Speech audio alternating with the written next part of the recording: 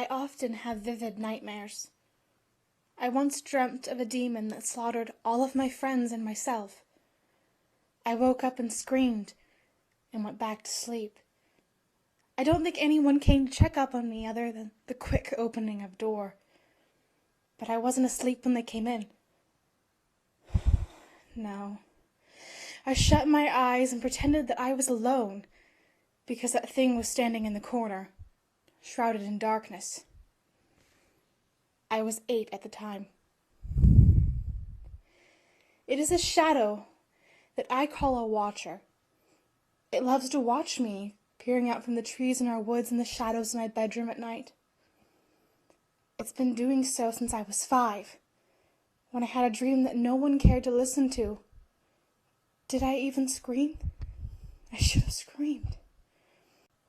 My mother smiles and flicks the lights off. I want them back on. I can't see anything. I don't want to be in the dark. Alone. Good night, sweetheart. She stands there in the doorway, a shadow against the dim lights of our own living room. Good night, Mom. I let her close the door on me before I start hyperventilating. Sleep doesn't come until the wee hours of the morning. Grandma smiles over at me and turns up the radio. I like this song about cockroaches. She thinks it's funny when I sing it to her, but that isn't her laughter. A tree falls from the woods, a tall one that the birds like to perch on, and crashes in front of us. We aren't going that fast. Why can't we stop? He laughs, and I can hear him whisper things, dark things. Look at her. Look at what you've done. I do look at her as my body is dragged from the wreckage. I don't want to. Her body is slumped over the steering wheel. And there's blood.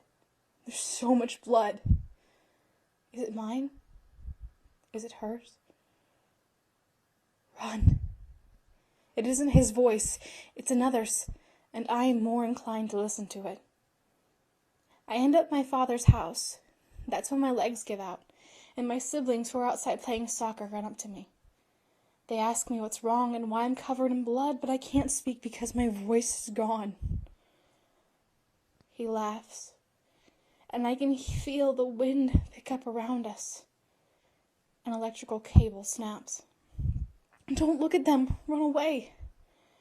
I'm inside my father's workshop before their fried bodies have time to collapse to the ground. He's still laughing in my ears, though. And my father is dead, too. What have I done to deserve this? I jump over the pieces of his mutilated body and the circular saw that spits out sparks as it grinds against the ground, and I head inside, wanting to know if my mother is all right. The door to the house has never felt so far away, and when I open it, all is silent. He's coming! Hide! The only hiding spot in the hall is behind the door where the shadows conceal me. And I can still see through the small glass panes high above my head. I can feel him outside, and so I shut my eyes and pray that he goes away. He won't, though. I know that. I hear footsteps from down the hall, and my mother comes through them, checkbook in hand. She doesn't even look at me. I guess she doesn't know that I'm here. And he cackles. There's a hand on the doorknob. It's skeletal and gray. Who is that under the cloak? He laughs, and I know that he'll kill my mother. No, don't go out there. I run, and it is me that he grabs. He grins and whispers, "Found you." He kills my mother then, and all I know is darkness. I wake up and see a shadow sitting beside me. It holds out the wolf toy that I had left downstairs, and I gratefully take it. Go to sleep. I'll watch over you. I close my eyes and a blanket is tucked around me by cold hands. I shiver and cuddle into it tighter. I can hear the door open and clawed footsteps make those little clacking noises in my ear. My dog growls at the shadow and jumps up on my bed. She shuts the door behind him, and I fall asleep. In the morning, my mother asks me how he got into my room.